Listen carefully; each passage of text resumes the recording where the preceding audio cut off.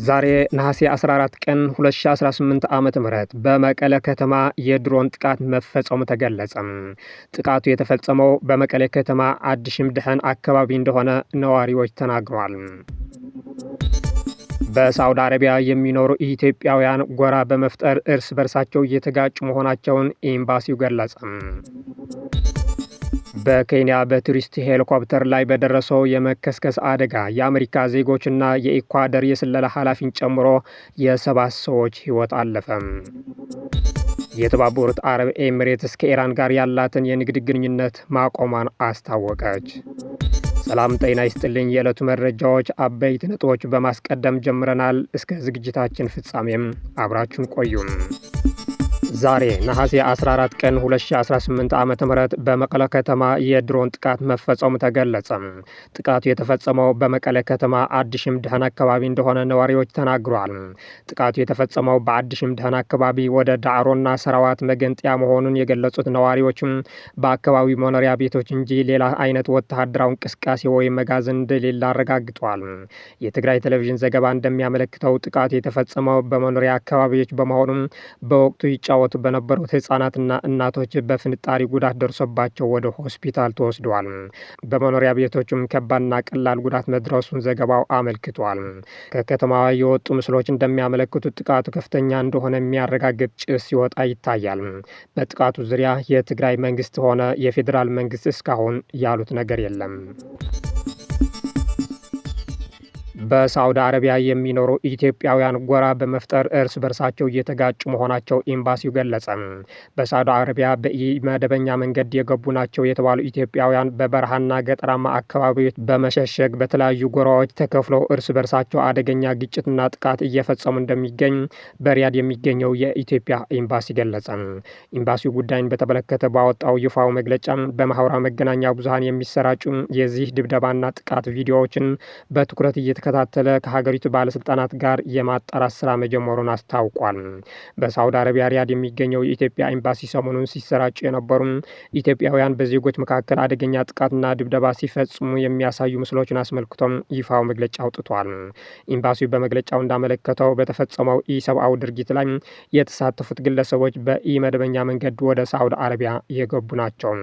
እነዚህን ግለሰቦች በበረሃና ገጠራማ አካባቢዎች በመሸሸግ ምክንያቱን በግልጽ ባልታወቀ ሁኔታ በተለያዩ ጎራዎች ተከፍለው እርስ በርሳቸው በኃይል እየተጋጩ ይገኛሉ። እስካሁን በተደረገው የማጣራት ጥረትም በወንጀል የተጠረጠረው አንድ ግለሰብ በሳውዲ አረቢያ ፖሊስ ቁጥጥር ስር መዋል የተገለጸ ሲሆን ኤምባሲው ችግሩን ከምንጩ ለማድረቅና በእነዚህ ኢሰብአዊ ድርጊቶች ላይ የተሳተፉ አካላትን ሁሉ ለሕግ ለማቅረብ ከሚመለከታቸው አካላት ጋር አብሮ እየሰራ እንደሚገኝ አስታውቋል። በተጨማሪም ወንጀለኞችን ለሕግ አሳልፎ ለመስጠት በሪያድ ከሚገኙ የሀገር ሽማግሌዎች ጋር በቅርበት እየተሰራ እንደሚገኝ የጠቆመው ኤምባሲው ተጠርጣሪዎችን በቁጥጥር ስር ለማዋል የሚያስችል ማንኛውም መረጃ ወይም ጥቆማ ያለው ወገን በአስቸኳይ መረጃ እንዲያቀርብ ጥሪ አስተላልፈዋል። የተባበሩት አረብ ኤሚሬትስ ከኢራን ጋር ያላትን የንግድ ግንኙነት ማቆሟን አስታወቀች። የተባበሩት አረብ ኤሚሬትስ ከኢራን ጋር ያላትን ሁሉንም የንግድ እንቅስቃሴዎች፣ የንግድ ልውውጦችና የገንዘብ ዝውውሮች ሌላ መግለጫ እስኪሰጥ ድረስ አግዳለች። ሀገሪቱ ይህን እርምጃ ወሰደችም ሁለት ከኢራን የተተኮሱ ባሊስቲክ ሚሳይሎች የገልፍ የባህር ላይ ትራፊክን ኢላማ ማድረጓቸው ካሳወቀች በኋላ ነው። ረቡዕ ዕለት በውጭ ጉዳይ ሚኒስቴር ይፋ የሆነው ይህ ውሳኔም በቀጠናው እየተስፋፋ ያለው ወታደራዊ ግጭት በኢራንና በባህረ ሰላጤን ጎረቤቶቿ መካከል ባለው የኢኮኖሚ ግንኙነት ላይ እየተንጸባረቀ ስለመሆኑ የቅርብ ጊዜ ማሳያ ነው። ይህ እገዳ በቀጠናዊና ዓለም አቀፍ ሰላምና ጸጥታ ላይ ተጽዕኖ ያሳደሩ ለውጦችን ተከትሎ የተወሰነ መሆኑን አቡዳቢ አስታውቃለች።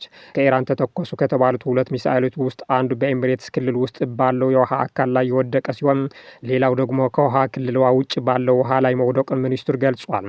ምን እንኳን ሚሳኤሎቹ መርከብ ባይመቱትም በባህር ትራፊክ ላይ ያነጣጠሩ ናቸው ተብሎ ተገምቷል። ገምግመዋል። ኢራን በተባበሩት አረብ ኤሚሬትስ የቀረበባትን ክስ አስተባብላለች። የሀገሪቱ ውጭ ጉዳይ ሚኒስትር ቃል አቀባይ ኢስማኤል ባይጋን ክሱን መሰረተ ቢስ ነው ብለዋል። ከመልካም ጉርብትና ጋር የሚቃረኑ መሆናቸውን የገለጹት ቃል አቀባይ የቀጠናው ሀገራት በቴህራን ላይ ከሚሰነዝሩት መሰረተ ቢስ ክሶች እንዲቆጠቡ አሳስቧል።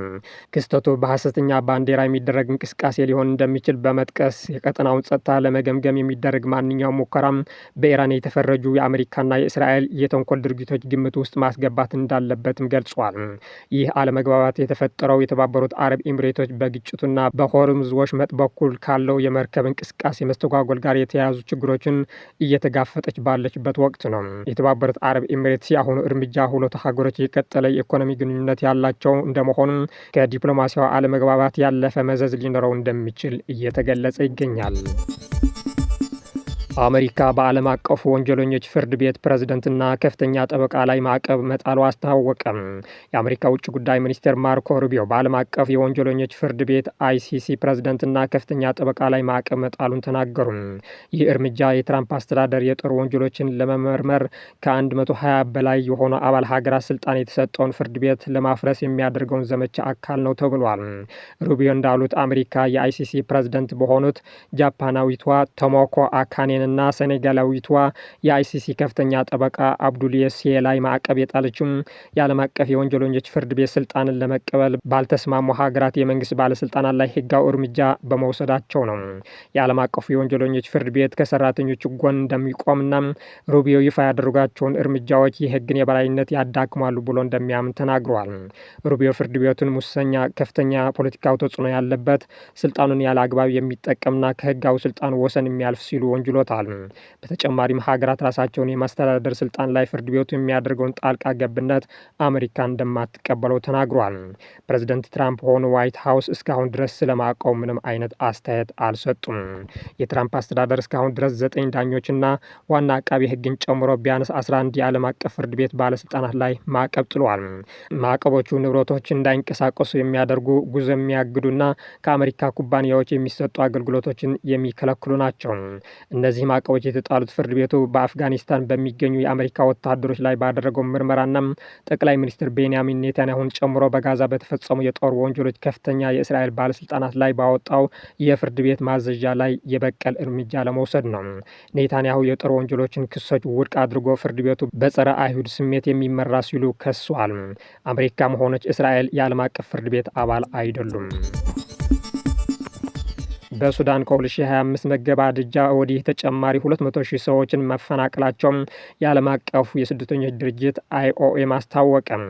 በሀገሪቱ ከሚያዝያ 2023 እንደ አውሮፓውያን አቆጣጠር ጀምሮ በተቀሰቀሰው ጦርነት ሳቢያ በአጠቃላይ 8.6 ሚሊዮን ሰዎች ከቀያቸው የተፈናቀሉ ሲሆን በቀይ ባህርና በሆርሙዝ ባህረ ሰላጤ በተፈጠረው ዓለም አቀፍ የትራንስፖርት መስተጓጎል ምክንያት የረድኤት አቅርቦት ክፉኛ ተጎድቷል። የድርጅቱ ዋና ዳይሬክተር ኤምፒ ፖፑ እንደገለጹት ሱዳናውያን በግጭቱ ምክንያት ውሃ፣ መብራትና የጤና አገልግሎቶችን ከማጣታቸው በላይ አሁን ደግሞ በከባድ የጎርፍ አደጋ እየተሰቃዩ ይገኛሉ። በተለይም በሰሜን ኮርዳፋን ኤል ኦቤይድ ከተማ ዋናው የኤሌክትሪክ ማከፋፈያ ላይ በተፈጸመው የድሮን ጥቃት መሰረታዊ አገልግሎቶች የተቋረጡ ሲሆን በቡሉ ናይል፣ በምዕራብና ሰሜን ዳርፉር አካባቢዎች በጦርነትና በከባድ ዝናብ ምክንያት በ10 ሺዎች የሚቆጠሩ ዜጎች መጠለያ አልባ ሆነዋል። ከተፈናቀሉት ውስጥ የተወሰኑት ድንበር አቋርጠው ወደ ኢትዮጵያ መግባታቸው ተገልጿል። አይኦኤም ባለፉት 72 ሰዓታት ውስጥ ከ110,000 በላይ ለሚሆኑ ዜጎች የድንኳንና የንጽህና መጠበቂያ ቁሳቁሶችን ጨምሮ አስቸኳይ የሰብአዊ እርዳታዎችን ያቀረበ ቢሆንም ይህንን የዓለማችንን ትልቁን የተፈናቃዮች ቀውስ ለመታደግ አስቸኳይ ዓለም አቀፍ ድጋፍ እንደሚያስፈልግ አሳስበዋል። በኬንያ በቱሪስት ሄሊኮፕተር ላይ በደረሰ የመከስከስ አደጋ የአሜሪካ ዜጎችና የኢኳዶር የስለላ ኃላፊን ጨምሮ የ7 ሰዎች ሕይወት አለፈ። በኬንያ ሳምቡሩ አካባቢ ሮብ ዕለት በቱሪስት ሄሊኮፕተር ላይ በደረሰ የመከስከስ አደጋ የ5 አሜሪካውያንና የኢኳዶር የስለላ ኃላፊን ጨምሮ የ7 ሰዎች ሕይወት ማለፉን ተገለጸ። ሮይተርስ ከተመለከተው የአርቸርስ ፖስት ፖሊስ ጣቢያ የመጀመሪያ ደረጃ ሪፖርት አደጋው የደረሰው ሄሊኮፕተሩ በሰሜን ኬንያ ወደሚገኘው የሉኦሲባ የተፈጥሮ ጥበቃ አካባቢና ሳፋሪ ተሳፋሪ በመብረር ላይ ያለ መሆኑ ገልጿል። ባለስልጣናት እንደገለጹት በአውሮፕላኑ ውስጥ የነበሩት 4 ተጓዦችና አንድ አብራሪን ጨምሮ በአጠቃላይ 7 ሰዎች ህይወታቸው አልፈዋል። የአሜሪካ ውጭ ጉዳይ መስሪያ ቤት ቃል አቀባይ ከሞቱት መካከል 5 አሜሪካውያን መሆናቸው ሲገልጹ የኢኳዶር ፕሬዝዳንት ጽህፈት ቤት በበኩሉ የስለላ ኃላፊው ሚሼል ሴንሲ ኮንቲጂ እና የአሜሪካ ዜግነት ያላትን ባለቤታቸው ስቲፋኒ ሆሊሃን በአደጋ መሞታቸው አረጋግጧል።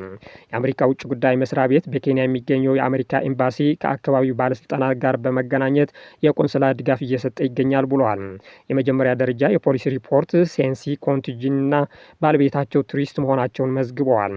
የቱሪስቶችን ጉዞ ያዘጋጀው ኤንዲቢዮን የጉብኝት ኤጀንሲ ባወጣ መግለጫ የአደጋው መንስኤ እስካሁን እንዳልታወቀ ገልጿል። የኬንያ ቀይ መስቀል ማህበር በበኩሉ የአካባቢው መሬት አቀማመጥ አስቸጋሪነትና በአደጋው ስፍራ የተቀሰቀሰው እሳት የፍለጋና የአስከሬን የማውጣት ስራውን ፈታኝ አድርጎታል ብሏል። መረጃዎቻችን እነዚህ ይመስሉ ነበር። መልካም ጊዜም